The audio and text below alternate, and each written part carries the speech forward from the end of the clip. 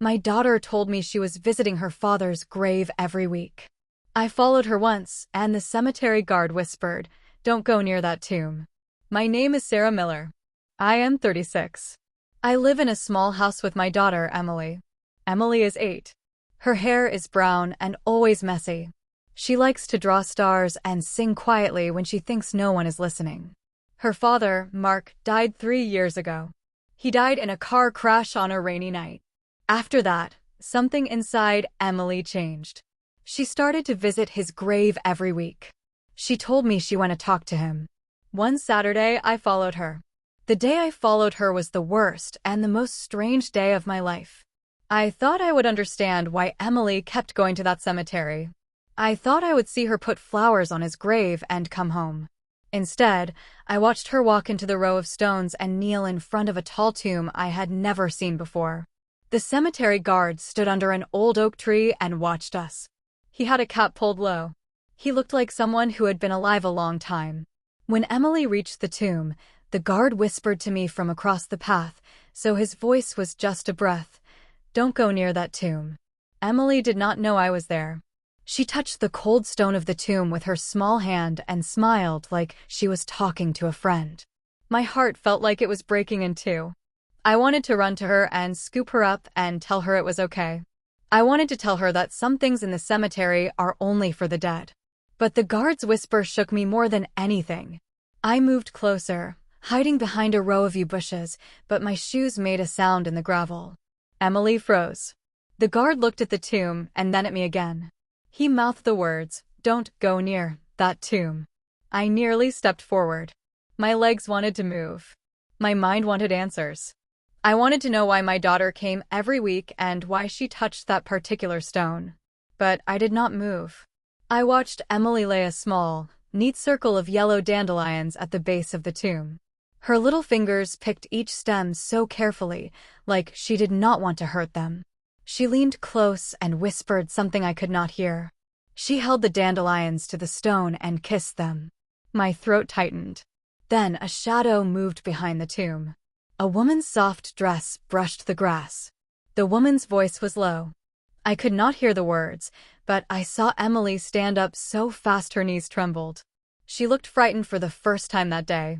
The woman stepped forward and placed a hand on Emily's shoulder. That is where I stopped watching.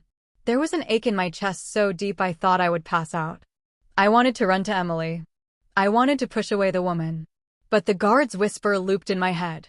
"Don't go near that tomb." I took a step back into the shadows and pressed my palm against the rough bark of the yew bush. My breath made little clouds in the cold air. I had to know more, but I could not risk scaring Emily. I told myself I would watch one more minute. Then the woman turned her face toward the tomb. She laughed softly, like someone who keeps a small secret. My eyes widened because I knew that laugh. It was the same laugh Mark used to have when he read silly lines in cartoons to make Emily giggle. That laugh was impossible. It had been 3 years since Mark had a laugh like that. I felt like the world had tilted.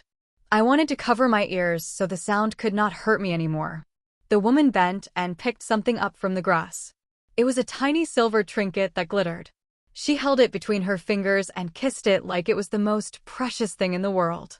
Emily was still standing very still, her small shoulders hunched like she was holding a secret inside. I swallowed hard. My eyes blurred and I blinked them away. The woman moved closer to Emily and said something again. Emily shook her head and then hugged her knees and started to cry quietly. The woman crouched down and stroked Emily's hair. She spoke tenderly, and then she leaned in and whispered something to my daughter. The words were the softest thing in the world. Emily nodded, wiped her cheeks, and then walked away holding tightly to the woman's hand. I felt my feet move before my mind told them to. I stepped out of the bushes. The guard looked at me. His eyes were not angry. They were full of warning. "You shouldn't be here," he said in a low voice. "Some things in that row are not for the living." I took 3 steps forward and then stopped. My legs were heavy as if I had been walking through deep water. "Who is she?" I asked. My voice sounded small. "Who is that woman with Emily? Why is she at Mark's grave?" The guard did not answer. He only pointed with his chin toward the tall tomb. "Don't go near that tomb," he whispered again. Please. Something in me snapped.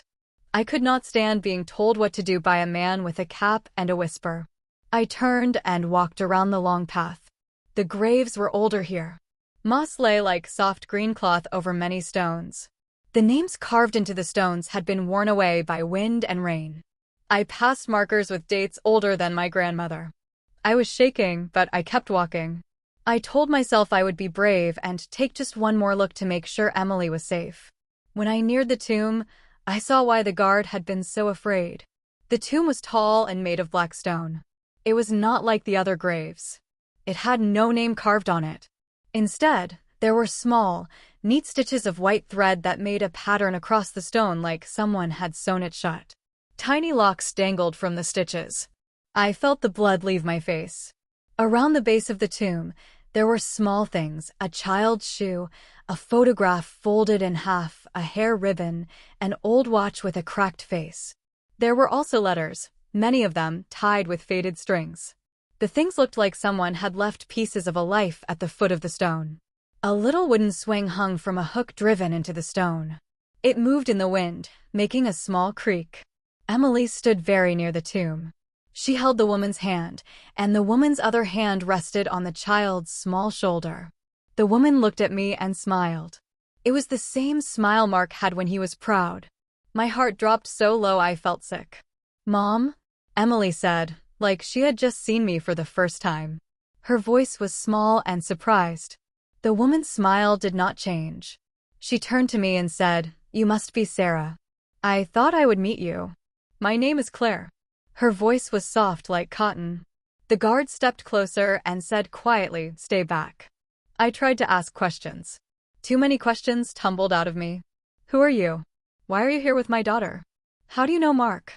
Why does this tomb have no name?" My questions piled up like stones. Claire looked at the tomb for a long time. Her eyes were wet but steady. "This is his resting place," she said. "He is not alone. Many people come here to remember him. Your daughter has been kind to him." I blinked hard. "Kind? He's dead. How can she be kind to someone who is dead?" Claire smiled sadly. "There are ways to keep a person close." She reached into the pocket of her coat and pulled out a small wooden box. Inside was a silver ring with the initials MS carved on the inside. My hands went cold again. The ring matched a story I had heard once about Mark. He had worn a ring like that when he and I were young. He had taken it off before the crash, or so I thought. Claire closed the box and tucked it away. "You shouldn't touch the stone," the guard warned, looking from Claire to the tomb to me. "Some things are sealed for a reason." "I will come here every week," Claire said, her voice gaining a quiet strength. "I keep his promises." Emily squeezed Claire's hand and looked up at me. Her eyes were full of trust. "Mom, he likes when I bring dandelions. He likes the yellow. He said it makes him remember when we had picnics." I wanted to laugh and cry at the same time. My mind hurt. I wanted to fall to my knees and hold Emily and never let her go. I wanted to beat my fist against that black stone and scream into the sky for answers. Instead, I felt very small. The guard leaned closer to me and said the words again, like a prayer, "Don't go near that tomb." I stood there with my feet heavy and my hands empty. The wind moved through the graveyard and picked up the little wooden swing. The swing creaked like someone breathing in their sleep. Claire moved toward the tomb and placed the little box with the ring on the step. She lit a small candle and set it by the box. The flame shivered, but kept its light. She sat down cross-legged, as if on a picnic blanket instead of cold stone, and began to hum a tune. It was a song Mark used to sing when Emily was a baby. The sound was a stitch that pulled my whole life into two pieces. I took one step forward. My lungs felt tight. I wanted to call Emily to me and unfurl the things in my head. But that step was the wrong step. The guard grabbed my wrist.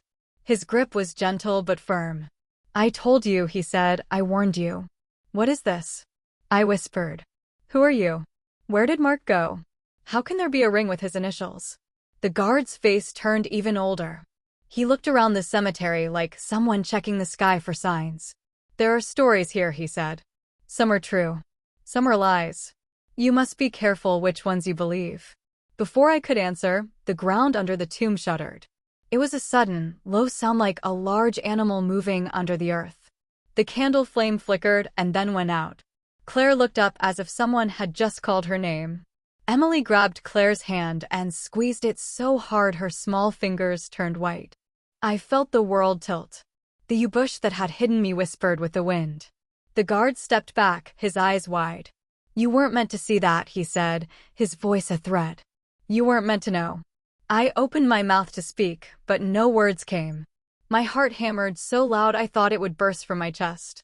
The ground under the tomb gave a soft, hollow sound again, like something being moved inside a box. A little pebble rolled away from the base of the stone and hit my boot. Then, from behind the tall tree, a man's laugh, low and wrong, slid across the grass. It was a laugh I had not heard in 3 years, because the last time I heard it Mark had been alive. The laugh froze the blood in my veins. Emily's head snapped up. Her eyes searched the trees. Claire stood bolt upright, her face pale like the underbellies of leaves. The guard looked as if he had seen a ghost. He whispered one more time, louder now, "Don't go near that tomb." Something moved at the foot of the stone. Not a shadow. Not a person. Something slid slowly, like a hand under a sheet. The swing swung once more, by itself as if pushed. Emily screamed and clutched Claire's coat. Claire dropped to her knees and cried out. The cemetery felt very small and very big at the same time, like the world had folded upon itself. I knew in that moment that nothing would ever be the same. My hands trembled. I wanted to protect Emily. I wanted to break the stone open and pull out every last secret. But I also felt a chill that said the guard had been right. Some stones were not meant to be opened. Some things in the dark had names best left unspoken. I stood frozen, between fear and fury, watching the tomb where dandelions, a silver ring, and a little wooden swing waited in the grass. Claire's voice broke as she called Emily's name. The laughter that sounded like Mark's moved again, softer this time, as if from far away. The guard whispered, "Don't go near that tomb," and then the earth made a sound that was like a slow, deep exhale. I took one step forward. The ground answered with a hollow knock, as if something inside the tomb had heard me move. And then everything went black for a moment in my mind, like the lid of a jar slamming shut. When the hollow knock came again, the world felt thin, like paper between my fingers. My breath left me in a sharp, cold gasp.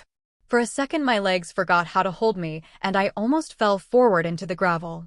Claire shouted something that I could not make sense of. The guard reached for Emily and pulled her behind him like a shield.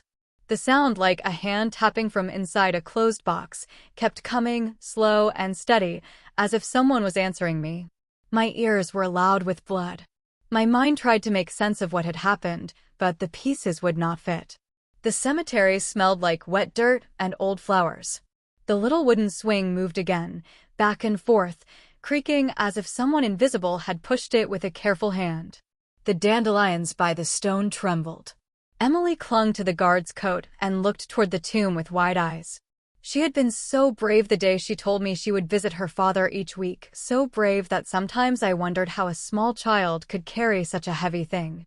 Now her face was small like a paper doll and her hand was cold in the guard's pocket. She looked at me and for a moment I did not know if she would run to me or stay with the stranger who had taken her hand. Claire sank to the ground, her knees folding beneath her like she could no longer stand. She put her face in her hands and made a sound that could have been a cry or a laugh. The guard's cap was crooked and his eyes shone like stones. He said, "You should not have come here. You should have left it to the ones who come with the night." "Who comes with the night?" I asked. My voice was thin and scared. I wanted to shout at him. I wanted to tear the black stone open and drag the answers out by their hair. I wanted to know what kind of trick had been played on my small, honest daughter. Claire looked up. Her face was wet. She wiped it with the back of her hand and then looked at me like a woman who had been waiting a long time for someone to finally ask. "There are promises you keep after a person dies," she said softly. "Some promises are simple. You leave a flower. You say a name. You hold a memory. But some promises are heavy. They bind you closer than a name on a stone." She touched the silver ring she had put back in the box. Her fingers shook. The guard breathed out a long sigh. "You should go home," he told me. Let the evening people be. I should have listened. I should have turned and headed back to my small house and made hot cocoa for Emily and told her silly stories until she fell asleep. I should have done the ordinary things that keep children safe from strange nights. Instead, I planted my feet and pulled my shoulders back. There was something hard and hot in my chest that would not let me walk away. I had already watched my husband die once. I had already been told that some secrets were better left alone. But I had a little girl who came to this place with dandelions. I had a child whose small hands found a way to hold on to a man I had loved and lost. I could not let fear decide for me. Tell me the truth, I said. Tell me who that laugh belonged to. Tell me what you mean by evening people. Tell me why my daughter is kneeling at a tomb with no name and why my husband's ring is sitting on it. The guard looked at the tomb again. His jaw worked like he was chewing on the words. Names here are not the same as names in town, he said slowly. Some stones are for people who left pieces of themselves behind. Some people come when the sun goes down and take what they kept. They do not like strangers to look. Take what they kept? I repeated, my head dizzy. What do you mean? He reached into his pocket and pulled out a folded paper. It was old and thin like tissue. He handed it to me. On it were scribbled words in a shaky hand. For the one who remembers, leave what you can. For the one who left, take only what is given. At the bottom, in darker ink, someone had written, don't wake what sleeps with its eyes shut. My throat closed. The words felt like a cold hand around my heart. I looked at Claire. She was watching me like a person who had walked through a fire and still smelled of smoke. I didn't know, she said. I only know how to keep promises. You keep promises to the dead? I said. It sounded like a question a child would ask. I did not want to believe it. Who are you to him? How do you know Mark? Claire's hands folded into each other like a prayer. I knew him in the way you know a song. It stays with you. He once promised me a favor. After the crash, I came to keep a small oath. I have been here many times. The stone listens. I wanted to laugh. I wanted to strike her for the way she smiled with that sad mouth. I wanted to drag Emily away and lock us both inside where the sun was bright and no hollow knocks occurred. But the sight of the little things at the stone, the shoe, the photograph, the folded letters, cut through me. They looked like the leftovers of a life someone had set carefully on a table to be remembered. Who would leave a child's shoe by a gravestone unless a child had loved it? Is Mark? I started and stopped. The word felt wrong in my mouth. I did not know how to say it. Is he alive? Is he? The guard's face turned older. He stepped closer to the tomb and ran his hand over the black stone. The white thread stitches caught the light and looked like teeth. We don't know what he is, he said. We only know what comes here. We only know that some promises are dangerous. He looked at me as if he weighed me on an old scale. You can leave your daughter with us tonight, he offered. We will keep her until dawn. We have rules. His voice was very tired. My hands tightened into fists. The idea of leaving Emily with a man who spoke to stones felt like betrayal. But the night felt heavy and strange, and Claire was trembling like a leaf. The guard had a kind face beneath the tired lines. He was someone who had watched over graves for a long time and had learned to respect the dark things that sometimes wake there. Still, the thought of leaving my child with a stranger was a cold thing. No, I said. I will not leave her. My voice was flatter than I wanted. I am not leaving my daughter here. Claire stood slowly and moved to the base of the tomb. She picked up one of the tied letters and opened it. The paper inside was worn and the handwriting was spidery and small. She read for a long time. Her mouth moved, but no sound came out. Then she folded the letter back up and kissed it. He liked that one, she said. He liked that very much. Emily pressed herself closer to my leg and hid her face against my jeans. Mom, she whispered. It's okay. He told me stories from the sky. He said the stars remembered him. He said they listened. The words that came from her small mouth were simple and pure and broke me more than anything the guard or Claire had said. A child's belief had the power to make the whole place tilt. I stroked the soft hair at the back of her head and felt a fierce protectiveness like a warm animal. We walked slowly back along the path, but not away from the tomb. We did not run. We moved steadily, like people who needed to make sure they were real. Claire walked beside us. Her hand brushed mine for a moment, and I felt a small, sad comfort. The guard lingered by the oak tree and watched us with eyes that looked like river stones. We reached the gate of the cemetery. The sky above was a dull slate. The streetlights had not yet turned on, but the world was losing its color. As we stepped under the arch, the sound of the swing creaked again. I stopped. The hairs on my arms stood up. The guard turned his head to look back at the row of stones. For a second, I thought I saw something move between the graves, a darker shape, like a bird that had forgotten how to fly. He shook his head and then looked at me. "You must promise me," he said. "Promise you will not touch that stone." "I promise," I said, because my voice trembled with fear and the promise felt like a thin bandage over something that bled. I did not want to make deals with the cemetery guard, but his eyes held a truth I could not deny. Emily squeezed my hand, and we walked out into the quiet street. The city felt normal, cars passed, a dog barked, someone called goodnight to a child somewhere. I tried to breathe in the ordinary sounds like air that would keep me alive. But a part of me had been left behind by the black stone. The ring in Claire's box kept turning in my head. The laugh, Mark's laugh, had been out there, and it had the wrong shape. At home, I made Emily a bowl of soup and sat with her on the couch until her heavy lids drooped. She told me simple things about the day, about a picnic she pretended to have, about how Mark used to say the word sunny when he wanted to chase away clouds. Her small stories were like lanterns. They pulled me back from a dark place for a while. I kissed her forehead and watched her drift into sleep. When the house was quiet, I stayed awake. I sat at the kitchen table with a mug of tea that had gone cold. The ring in Claire's box would not leave me. The guard's paper with the warning words lay folded on the table like a small, sad bird. I read the line again, "Don't wake what sleeps with its eyes shut." I turned it over and over in my hand. It felt like a map with no roads. I thought about Mark, about his laugh, about the way he tied his shoes, about the promises we made in small hours. I thought about the crash and the funeral with flowers pressed into my hands so I would have something to hold. My chest hurt with a long, slow pain that had been there for years, like a pebble in my shoe. The thought that someone could be keeping him near because of a promise made my blood run cold. I thought about revenge, too, not the loud kind with shouting and doors slamming, but a still, careful sort of vengeance. If someone had tricked my daughter into believing a lie, or if someone had taken my husband's memory and turned it into a place that fed on children's visits, I would find a way to make them pay.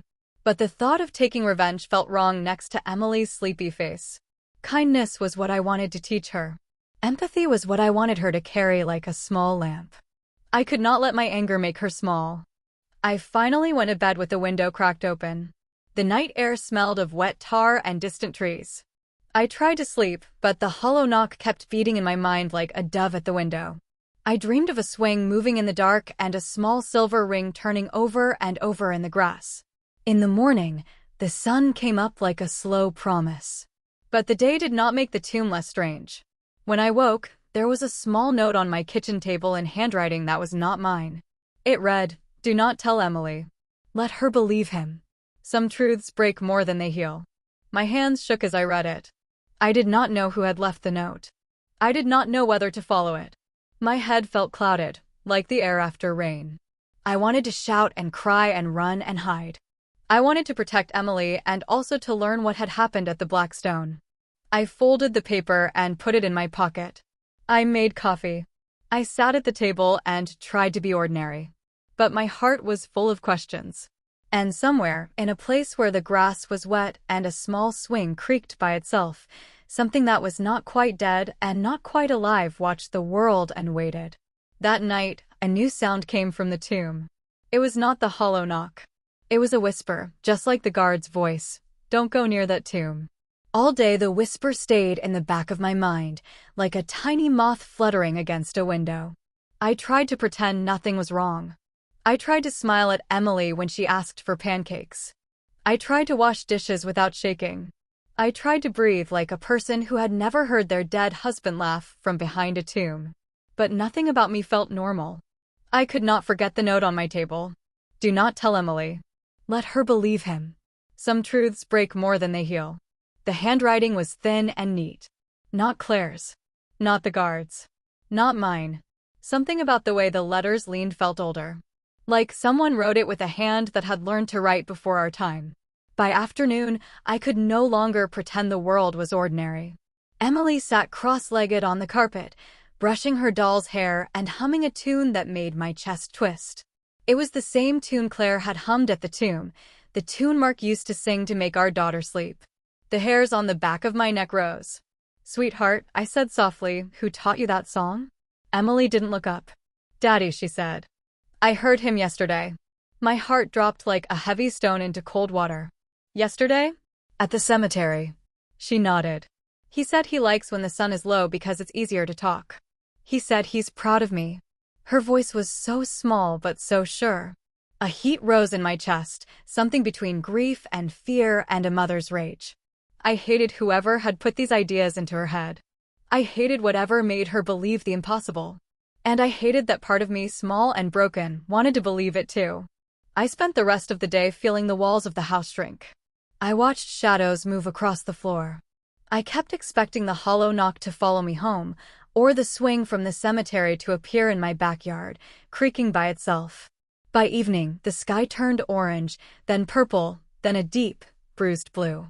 Emily brushed her teeth and climbed into bed. She was smiling, peaceful, holding her stuffed star toy to her chest. "Good night, Mommy." "Good night, my love." I kissed her forehead. She smelled like baby shampoo and crayons, safe things, normal things. I closed her door and stood in the hallway for a long time, listening for anything strange. The house was quiet, but my soul was not. I sat on the couch. I did not turn on the TV. I did not open a book. I felt like the night was watching me. At exactly 10:13 p.m., a quiet tapping came from my front porch. 3 taps. Slow. Hollow. Like the knock I had heard under the tomb. My breath froze. I wanted to hide. I wanted to run upstairs and grab Emily. But something pinned me to the couch. Tap. Tap. Tap. I forced myself to stand. My legs felt like they belonged to someone else. I walked slowly toward the door and pressed my eye to the peephole. A small envelope sat on the welcome mat. No person. No footsteps. Nothing. I waited a long time before opening the door. The night air felt heavy, humid. A moth fluttered around the porch light. The street was empty except for the sound of a distant car. I picked up the envelope with shaking fingers. Inside was a photograph. Of Mark. Not the one from our wedding. Not the one from before the crash. This photograph showed him standing beside the black tomb. He looked alive. He was smiling. His hand rested on the top edge of the stone, right beside one of the white stitched threads. There was a faint shadow behind him, long, reaching, almost like another figure was standing too close. My knees nearly buckled. On the back of the photograph were 4 words. "You're not ready." I dropped the photo like it burned me. My mind scrambled for answers. Someone must have staged this. Someone must have photoshopped it. Someone must have broken into old files. Someone must be playing a cruel trick. But the picture wasn't digital. It was printed on old, glossy paper, slightly yellow at the edges, like it had been sitting somewhere for years. I sat on the porch steps with my head in my hands. "Mom?" Emily stood in the doorway, rubbing her eyes. I wiped my face. "Baby, what are you doing awake?" "I had a dream," she whispered. Daddy was crying. My heart twisted. "Crying? Why?" He said someone broke the stitches. I froze. "What stitches?" I asked carefully. "The ones that keep him quiet," she said simply. "He said someone opened part of the tomb and now he can't rest." My mouth went dry. I wanted to tell her it was just a dream, but every hair on my arm stood up. Emily wrapped her small arms around herself. "Mommy, I think we have to go see him tomorrow." He said he's scared. No child should ever say those words. No dead man should ever frighten anyone. I held her close and rubbed her back. "We're not going anywhere tonight. You're safe with me." But as soon as she was asleep again, I paced the living room for hours. Every time the fridge made a sound or the house settled, I jumped. By midnight, I had made a decision. I couldn't wait. I needed answers. And I needed them tonight. The cemetery was only a 15-minute walk from our house. I left Emily sleeping, locked the door, and sprinted through the cool night. My heartbeat felt like it could shake the trees. When I reached the iron gate, it was unlocked. A lantern flickered near the old oak tree. The guard was sitting on a stone bench, head in his hands. When he heard my footsteps, he looked up. "You shouldn't be here," he said. His voice was hoarse, broken. "I told you what happens when you get close." "I found a photo," I said. "And a note.